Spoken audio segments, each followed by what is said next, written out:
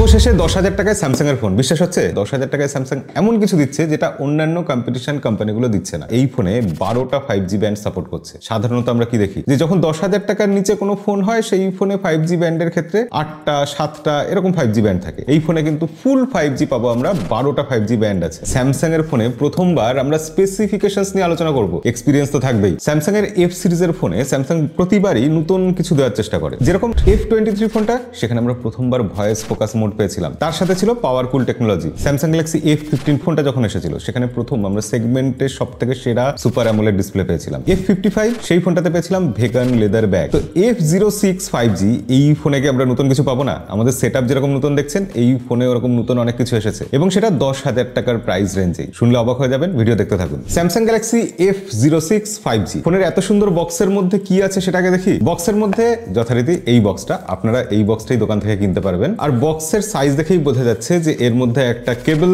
কিছু কাগজপত্র আর একটা সিম ইজেক্টর পিন ছাড়া শুধুমাত্র ফোনটা আছে। এবার ফোনের কালারটা দেখুন। মানে আমরা এতদিন স্যামসাং এর ফোনে যে ধরনের সব কালার, যে ধরনের প্যাটার্ন, যেরকম ডিজাইন দেখে এসেছি, এর ডিজাইনটা কিন্তু একদম অন্যরকম কিছু করার চেষ্টা করেছে। নানা রকম রং খেলা করছে, পলিকার্বনেট, কিন্তু দেখতে বেশ ভালো লাগছে, ইউনিক লাগছে, সাথে প্রিমিয়ামও লাগছে। এই স্টাইলিশ ডিজাইনটার নাম রিপিং গ্লো ডিজাইন। ফোনটা মাত্র 8 মিলিমিটার থিক। আপনাদের মনে আছে স্যামসাং গ্যালাক্সি F15 ফোনটা? তার থেকেও, সেই ফোনটা এর থেকে দামি ছিল, তার থেকেও এই ফোনটা 14% পাতলা। এই ফোনে আরো দু একটা স্পেশাল জিনিস যেগুলো আজকাল হারিয়েই যাচ্ছে। যেমন এখানে 3.5mm হেডফোন জ্যাকের পোর্ট রয়েছে। কম দামি ফোনে ফিঙ্গারপ্রিন্ট সেন্সর পাওয়ার বাটনের মধ্যে, সেটাও আছে। কিন্তু সব থেকে বড় কথা, এটা বিরল জিনিস যেটা আজকাল ফোনে দেখাই যায় না, সেটা হচ্ছে FM রেডিও। এই ফোনে কিন্তু FM রেডিও আছে, তবে ডিজাইন নয়। এই ফোনটা অন্য সব ফোনের থেকে আলাদা এই দামে, ভালো প্রসেসরের জন্য, ভালো 5Gর জন্য, অবশ্যই স্যামসাং এর UI এর জন্য, সফটওয়্যার আপডেটের জন্য, আর হ্যাঁ, ভালো ক্যামেরা, ব্যাটারি, ডিসপ্লে এসব তো আছে। তাহলে এক এক করে আমরা শুরু করি। প্রথমেই বলি প্রসেসরের কথা। এখানে মিডিয়াটেক ডায়মেনসিটি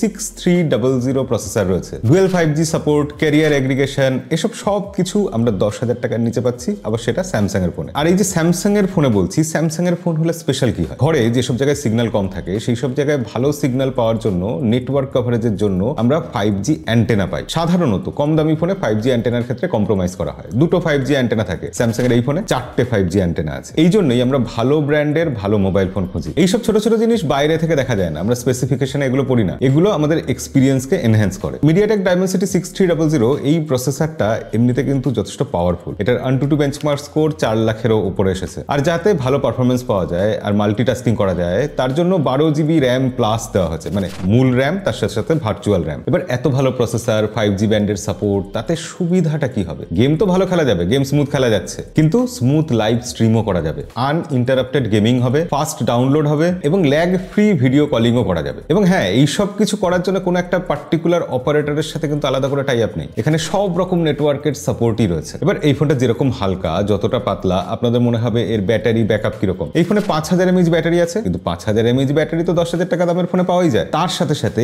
এই ফোনে রয়েছে 25 ওয়াটের ফাস্ট চার্জিং। সাধারণত এই দামের ফোনে আমরা 18 ওয়াটের, 20 ওয়াটের ফাস্ট চার্জিং পাই। তো সেক্ষেত্রে 5000 mAh ব্যাটারির সাথে 25 ওয়াটের ফাস্ট চার্জিং মনে অনেকটা শান্তি দেবে যে সারাদিন ব্যাকআপ পাবো, তাড়াতাড়ি চার্জও হবে। এবার এই ফোনের ক্যামেরার প্রসঙ্গে আসি। এখানে ব্যাক সাইডে ডুয়েল ক্যামেরা রয়েছে। মেন ক্যামেরা 50 মেগাপিক্সেলের এবং সেটা দিয়ে ছবি তুলেছি আমরা, বেশ কিছু স্যাম্পল আপনাদের দেখাচ্ছি। আপনারা দেখলে নিজেরাই বুঝতে পারবেন যে ছবির কোয়ালিটি কেমন। ফ্রন্টে রয়েছে 8 মেগাপিক্সেল ক্যামেরা। এখানেও কিন্তু কম্প্রোমাইজ করা হয়নি। 8 মেগাপিক্সেলের ফ্রন্টে সেলফি ক্যামেরা, সেটা দিয়েও ছবি বেশ কিছু আমরা তুলে রেখেছি, আপনাদের জন্য স্যাম্পল রইল। ভিডিও ক্যামেরার ক্ষেত্রে ফ্রন্ট বা ব্যাক ক্যামেরা দুটোতেই ফুল HD 30 FPS এ ভিডিও রেকর্ড করা যায়। এবার এই ফোনটা যেহেতু স্যামসাং এর ফোন, বারবার স্যামসাং এর ফোন বলছি, আপনারাও স্যামসাং এর ফোন বলেই তো এই ফোনটা নিয়ে এত ইন্টারেস্টেড। সেখানে স্যামসাং সুলভ কিছু টাচ সেটা তো থাকবেই, যেমন ভয়েস ফোকাস মোড, যেটা আমরা স্যামসাং এর ফোনেই পাই, কিন্তু পাই দামি ফোনে। স্যামসাং এর এই ফোনেও স্যামসাং সেই ভয়েস ফোকাস মোড দিয়ে দিয়েছে। অর্থাৎ যে জায়গায় প্রচুর আওয়াজ হচ্ছে সেখানে যখন আমরা কল করব, যাতে নয়েজ না আসে, ঠিকঠাক নয়েজ ক্যান্সেলেশন হয়, শুধু আমার গলাটাকে আলাদা করে শোনা যায়, তার জন্য এই মোডটা। স্যামসাং এর ফোন মানে নক্স সিকিউরিটি রয়েছে। এই নক্স সিকিউরিটির ব্যাপারটা ভীষণ স্পেশাল। ডেডিকেটেড চিপ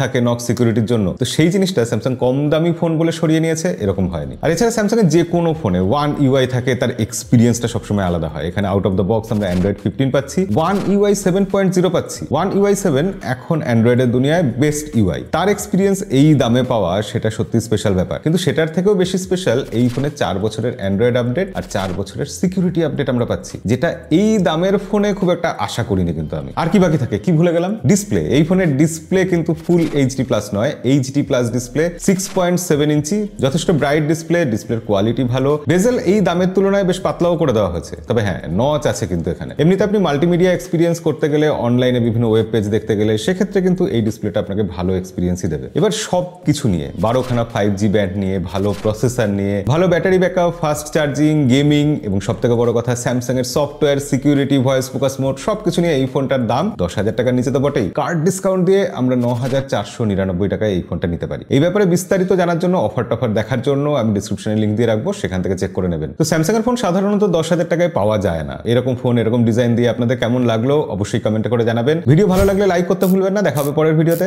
আজকের মতো বিদায়।